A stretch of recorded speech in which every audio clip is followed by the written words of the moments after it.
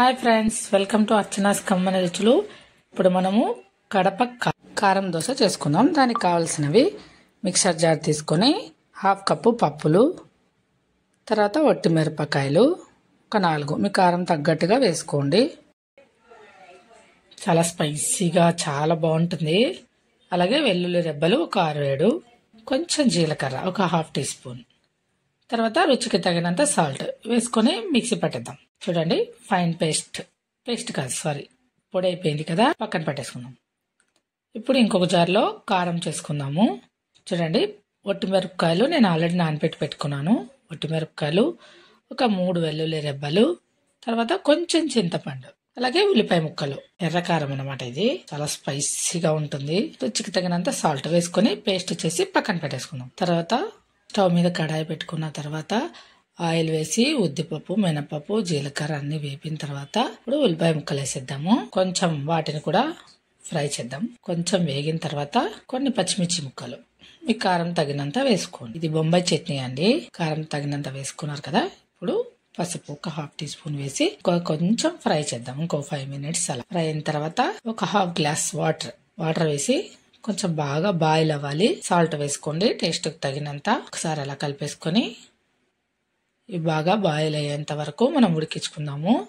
ఇప్పుడు శనగపిండి ఉంది కదా, ఒక 2 టేబుల్ స్పూన్, వీడియోలో చూపిస్తున్నాను కదా, 2 టేబుల్ స్పూన్ వేసుకొని ఉండలు లేకుండా కలిపేసుకోండి. చాలా టేస్టీగా ఉంటుందండి దోశ మాత్రము. ఇప్పుడు బాగా బాయిల్ అవుతుంది కదా. ఇప్పుడు మనం ముందుగా కలిపి పెట్టుకున్నాం కదా శనగపిండి మిశ్రమం అంతా పోసేద్దాం. ఇది బాగా బాయిల్ అవ్వాలి. బాగా ఉడికితే టేస్ట్ బాగుంటుంది. బాగా ఉడికి దగ్గరగా అవ్వాలి. అప్పుడు చాలా బాగుంటుంది అనమాట. ఇది చూడండి, బాగా దగ్గర అవుతుంది కదా. మీరు కొంచెం కలుపుతూ ఉండాలి, ఎందుకంటే మాడిపోతుంది కాబట్టి. అయిపోయింది. ఒక బౌల్లోకి వేసేసుకుందాము. ఇప్పుడు స్టవ్ పైన దోశ పెనం పెట్టుకొని దోశ బ్యాటర్ ఉంటుంది కదా, వెళ్దాము. ఒక గంట దోశ పోద్దాము. దోశ వేసేసిన తర్వాత ఇప్పుడు బొంబాయి చట్నీని ఒక గరిట తీసుకొని దానిపైనే ఎర్రకారం చేసి పెట్టుకున్నాం కదా, అది ఒక టీ స్పూన్ అంత. మీకు కారం ఎక్కువ కావాలనుకుంటే కొంచెం ఎక్కువ వేసుకోవచ్చు. మొత్తం దోశ మీద అంతా స్ప్రెడ్ చేసేద్దాం. చూస్తుంటేనే నోట్లో నీళ్ళు ఊరుతున్నాయి కదా. టేస్ట్ కూడా అలానే ఉందండి. తప్పకుండా ట్రై చేయండి. మా ఛానల్ని సబ్స్క్రైబ్ చేసుకోండి, అలాగే షేర్ చేయండి. ఎలా ఉందో కామెంట్ చేయండి. నేను ఇలాంటి సింపుల్ రెసిపీస్ చేస్తూ ఉంటాను. అలాగే పప్పుల పొడి, ఇది కూడా మనం చేసి పెట్టుకున్నాం కదా. పప్పుల పొడి వేసుకొని నెయ్యి వేసుకుందాం. నెయ్యి వేసుకొని ఎర్రకారం వేసుకొని బొంబాయి చట్నీ దోశ తింటుంటే చాలా super yummy tasty and spicy crispy కూడా అంత బాగుంది. తప్పకుండా ట్రై చేయండి. కొన్ని ఉల్లిపాయ ముక్కలు, అంటే పచ్చివి కాదు, నేను ఫ్రై చేసి వేసుకుంటున్నాను అనమాట. ఇప్పుడు కాలింది లేదు చూద్దాము.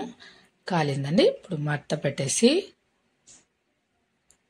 ఇంకొక 1/2 టీ స్పూన్ నెయ్యి వేసుకుందాం. అలా దానిపైన కొంచెం ఇట్లా సైడ్స్కి వేసుకుంటే దాని కిందకి వెళ్ళిపోతుంది అనమాట.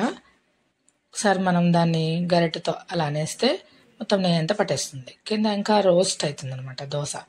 తర్వాత ఇంకో వైపుకి ఇంకా ఎక్కువ రోస్ట్ కావాలన్నా, కలర్ చేంజ్ అవ్వాలన్నా పెట్టుకోవచ్చు. ఒక సెకండ్ అంతే. ఇంకా అయిపోయిందండి. కడప కారం దోశ రెడీ. చూద్దామా లోపల ఎలా ఉందో. చూసారా ఎంత బాగుంది కదా, చాలా బాగుంది దోశ. అంతేనండి, దోశ రెడీ అయిపోయింది. పల్లి చట్నీ పోపు పెట్టుకొని వేసుకున్నాను. చూడండి చాలా బాగుంది. లైక్ కొట్టడం మర్చిపో